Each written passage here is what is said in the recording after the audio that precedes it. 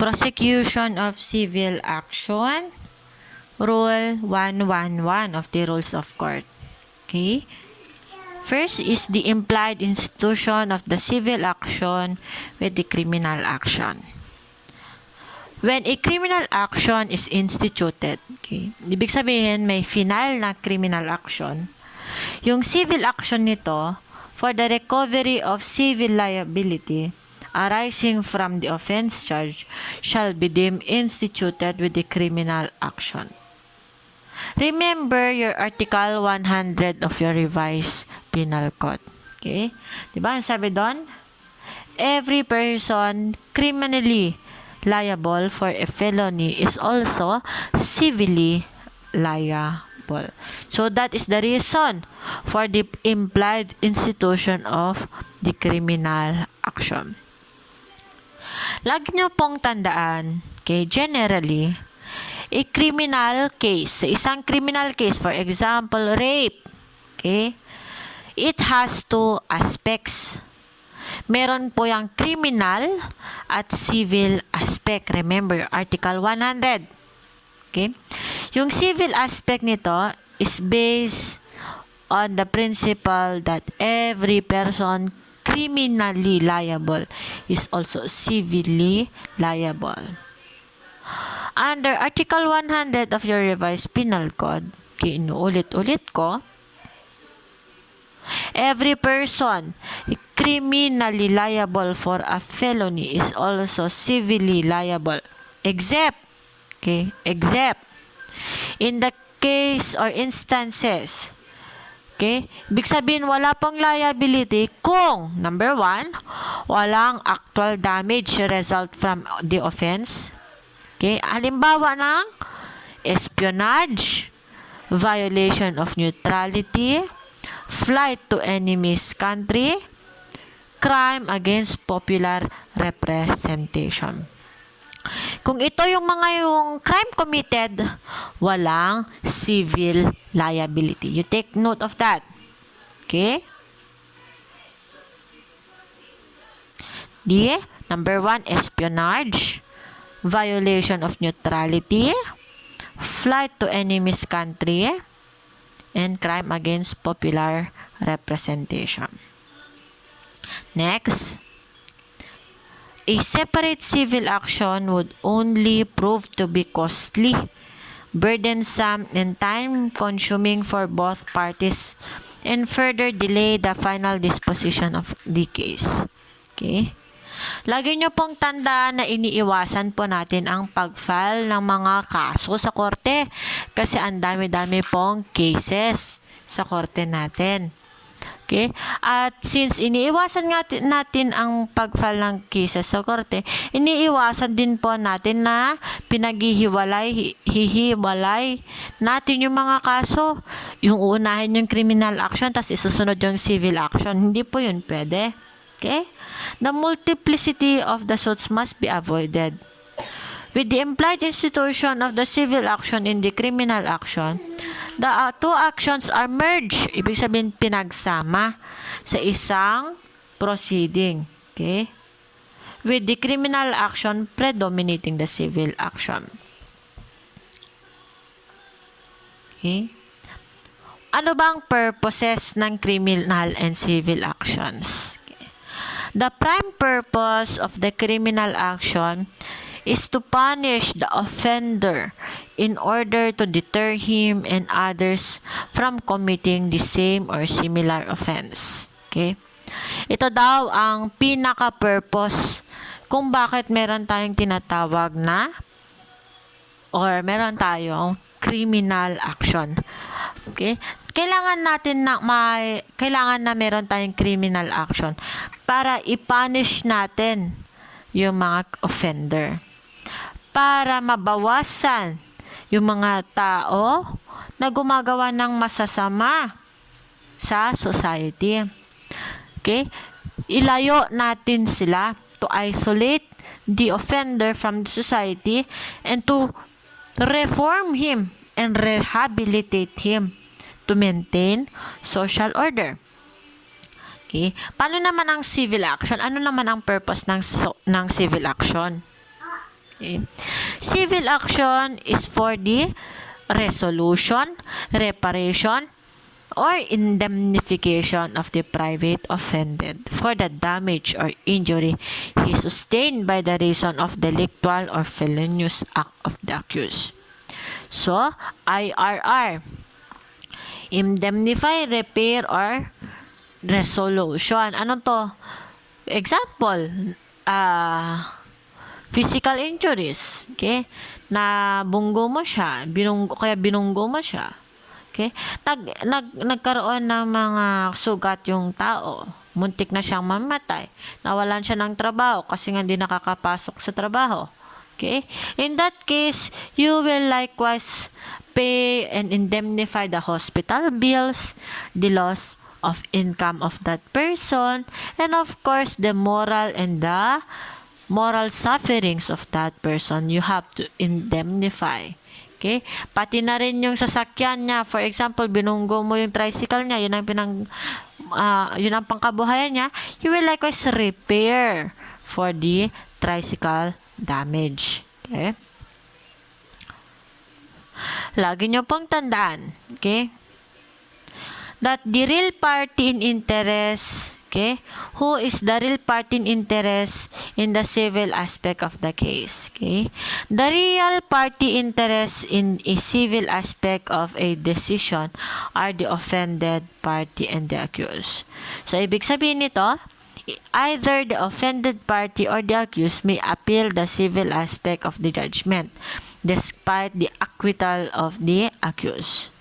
The public prosecutor generally has no interest in appealing the civil aspect of the decision acquitting the accused.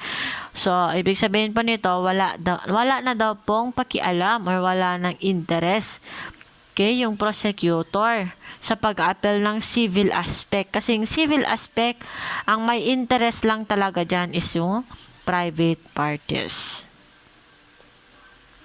Okay, next one.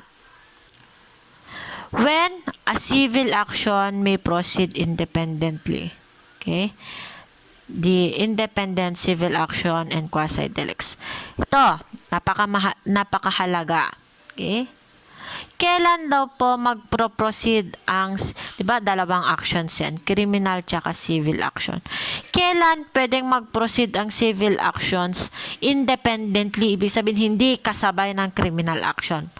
Ibig sabihin pwedeng mauna. Kailan pwedeng mauna? Kailan pwedeng civil action lang ang i-file mo. Okay? In your rules of criminal procedure, okay?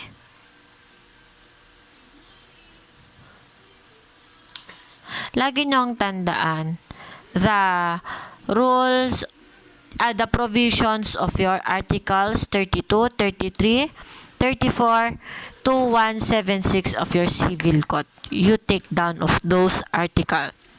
Articles 32, 33, 34, and 2176 of your new civil code. Ano to? Okay? So here, these four articles of the new civil code, okay, these are the so-called independent civil action, meaning they are separate, they are distinct and independent of any criminal prosecution, which may be based on the same act. Example, si Pedro ay isang empleyado. Si Pedro isang driver, okay, ng isang bus. Okay. Example, Florida bus. Okay. Because of his negligence, okay, by his negligent act, he caused serious injuries to a pedestrian. Si Maria. Nakatayo si Maria sa gilid, naghihintay nihintay niya yung boyfriend niya kasi susunduin siya. Pero due to the negligence of Pedro, yung driver of the common carrier, yung bus, okay, he caused injury to Maria. Hindi natuloy yung date ni Maria at saka ni Juan, yung boyfriend niya. The former, si Pedro, is not only civilly liable because of the felonious act. Okay, so that is reckless imprudence resulting to serious physical injuries. He's not only civilly liable, but he is likewise liable for quasi-delict or your culpa aquiliana provided in your Article 2176. Such civil liability, even if resulting from the same negligent act, is separate and independent of the crime. Okay?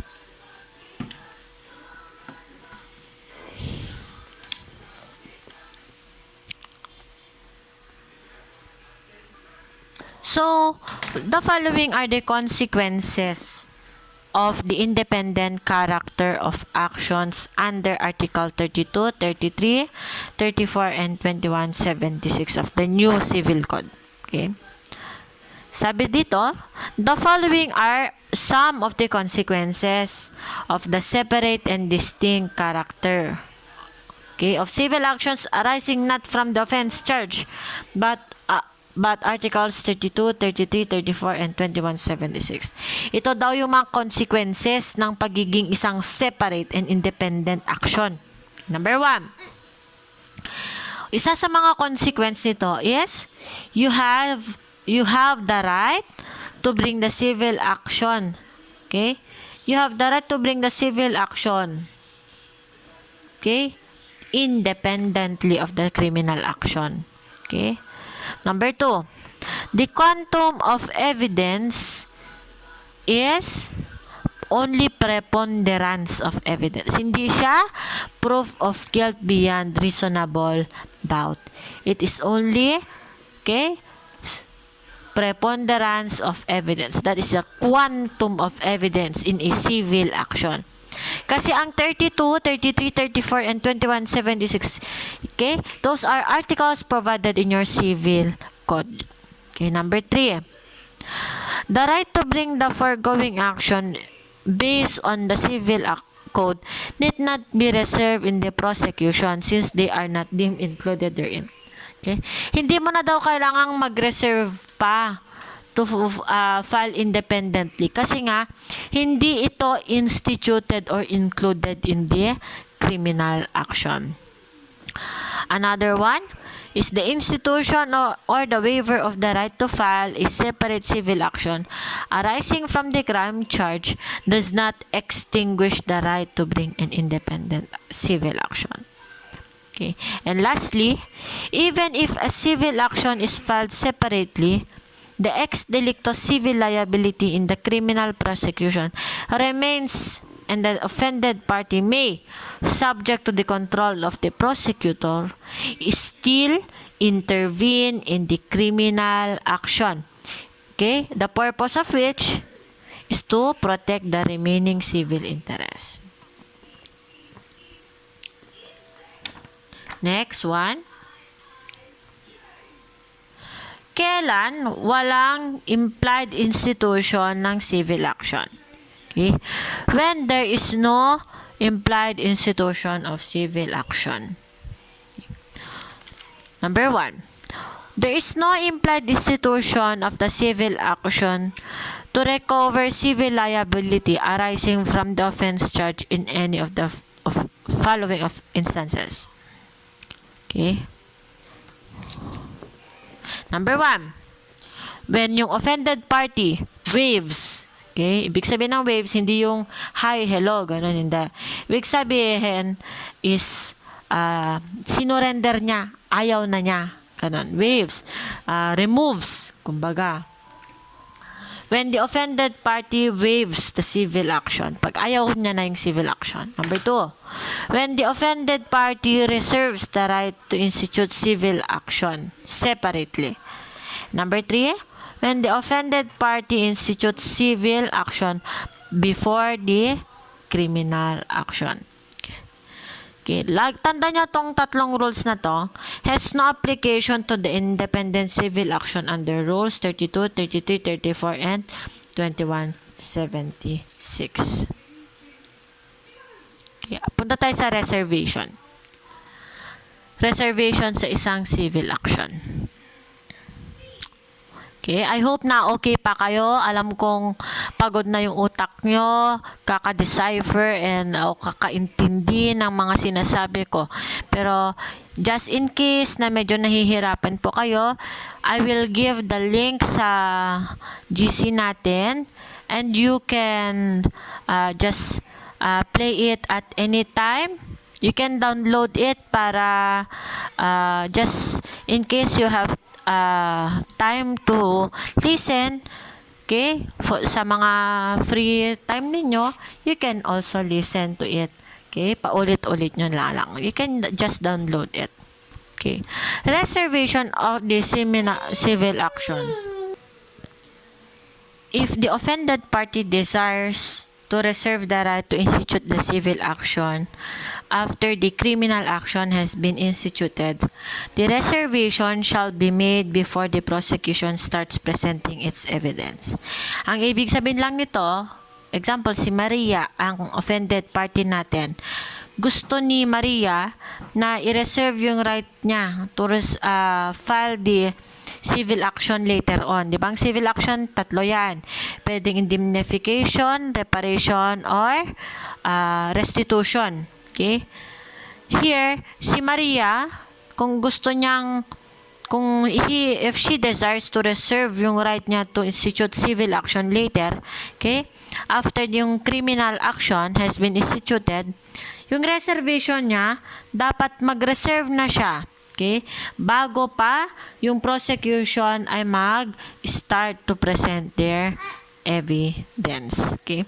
The reservation is to be made under the circumstances that would afford the offended party a reasonable opportunity to make such reservation.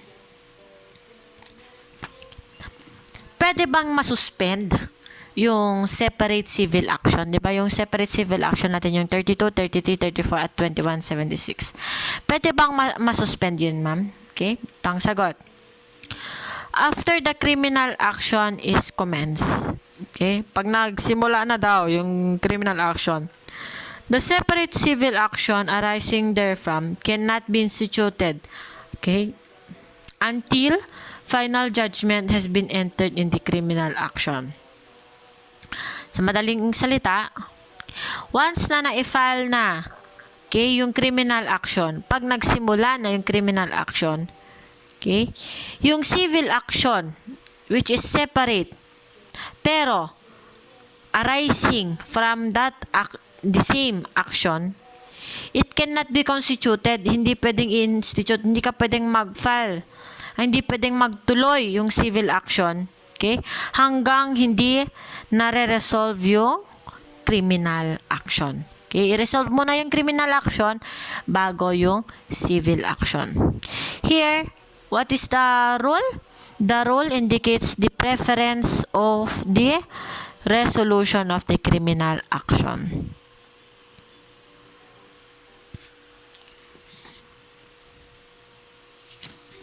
Okay.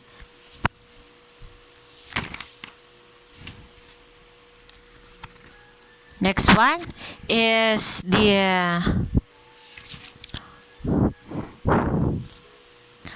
reservation in BP 22 o yung bouncing check law.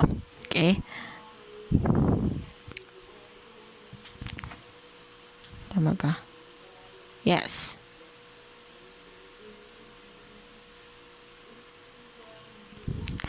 No reservation of the civil action in your BP 22. Okay? Here, while the rule allows the offended party to reserve the right to institute civil action, such right does not apply to prosecution of criminal action for violation of BP 22, which is the law on bouncing checks law. Ito yung pag nag-issue ka ng cheque na walang pondo. Okay? Sabi dito, the criminal action in this case, sa isang BP 22, okay, shall be deemed to include the corresponding civil action. Walang reservation to file civil action ang allowed sa isang BP 22. Hindi allowed ang reservation. So, upon filing of the joint civil okay, joint and civil action, yung offended party will have to pay the filing fee based on the amount of the checks involved. This amount shall also be considered as the actual damages claim. Okay? So, yung filing fee, it will be based on the amount na kokolektahin mo, yung actual damages mo. It should be observed that what the rule prohibits is the filing of a reservation to file the civil action arising from BP 22. It does not prohibit the waiver of the civil action or the institution of the civil action before the criminal action. Okay. Next one, when the separate civil action is suspended. When the separate civil action is suspended. Sorry. Okay? Lagi niyong tandaan yun na, meron tayong preference to give resolution for the criminal action. How about the suspension of the period of prescription? Okay. When there is no consolidation of the civil action with the criminal action and the civil action is suspended or the civil action cannot be instituted separately until after final judgment is rendered in the criminal action, yung prescriptive period of the civil action shall be told during the pendency of the criminal action. Okay? Ganito lang yun dali. Okay. Sabi dito, Rule 111, Section 2. Kung walang consolidation, okay, where there is no consolidation, kung walang consolidation, hindi pinagsama, kung walang pagsasamahing civil action at criminal action, okay, kung wala, at yung civil action ay suspended or the civil action is hindi pwedeng institute, okay? The civil action is suspended or the civil action cannot be instituted separately until after final judgment is rendered in the criminal action. Okay? Here, yung prescriptive period ng civil action, it will be interrupted or told. Bakit? Kasi uunahing i-resolve yung criminal action. Okay? How about with regards to the rule as to the counterclaim, cross-claim, third-party claim in a criminal action? Okay? Lagi niyong tandaan. A court cannot entertain counterclaim, cross-claim, and third-party complaint in the criminal action. Okay? A criminal case is not the proper proceeding to determine private complainant's civil liability. Okay? A court trying a criminal case is limited. Okay? Ang isang korte daw na ang tinatry niyang kaso ay criminal case. Okay? It is only limited to determine the guilt of the accused. Okay? And if proper, his civil liability. It cannot award damages in favor of the accused. So, how about the rules on filing fees? Anong rule natin sa filing fees? Okay. Filing fees apply when damages are being claimed by the party. So, ibig sabihin lang nito, nagkakaroon ng may required na filing fee kung magkiklaim yung offended party ng damages. Okay? So, these are the rules in filing fees. Number 1, walang filing fees na required for actual damages. Okay?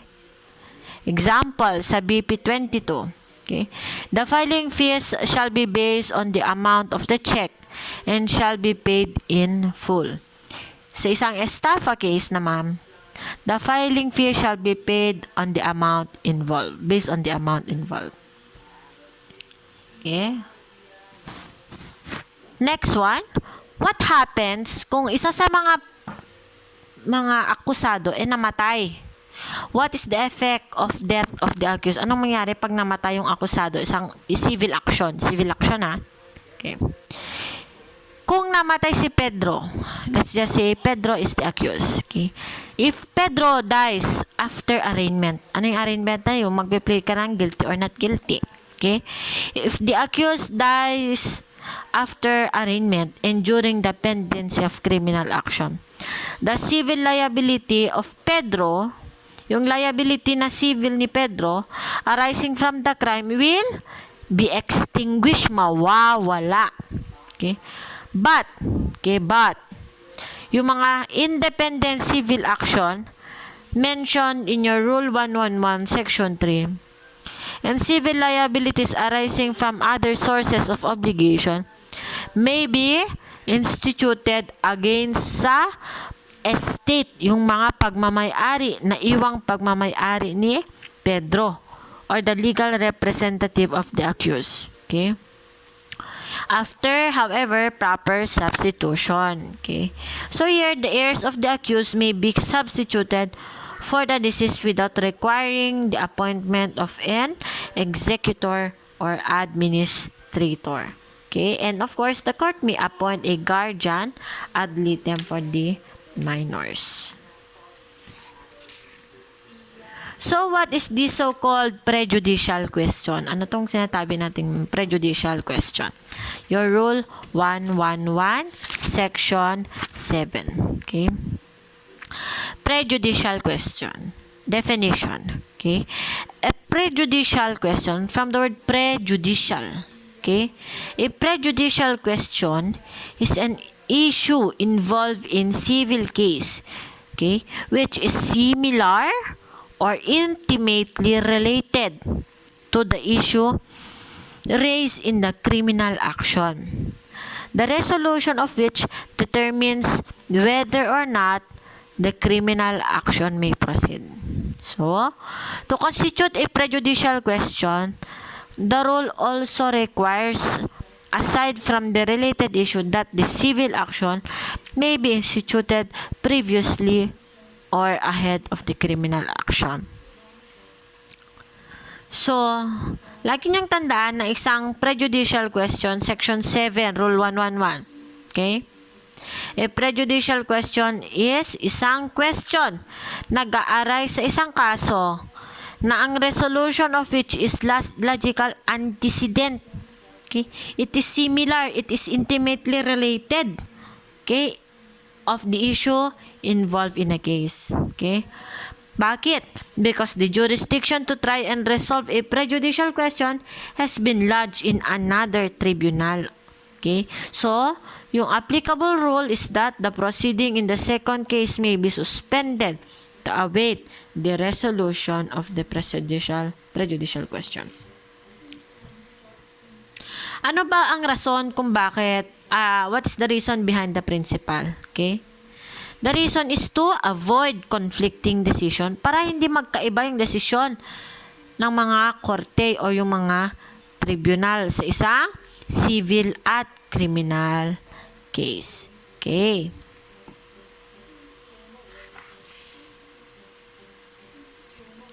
So, next one.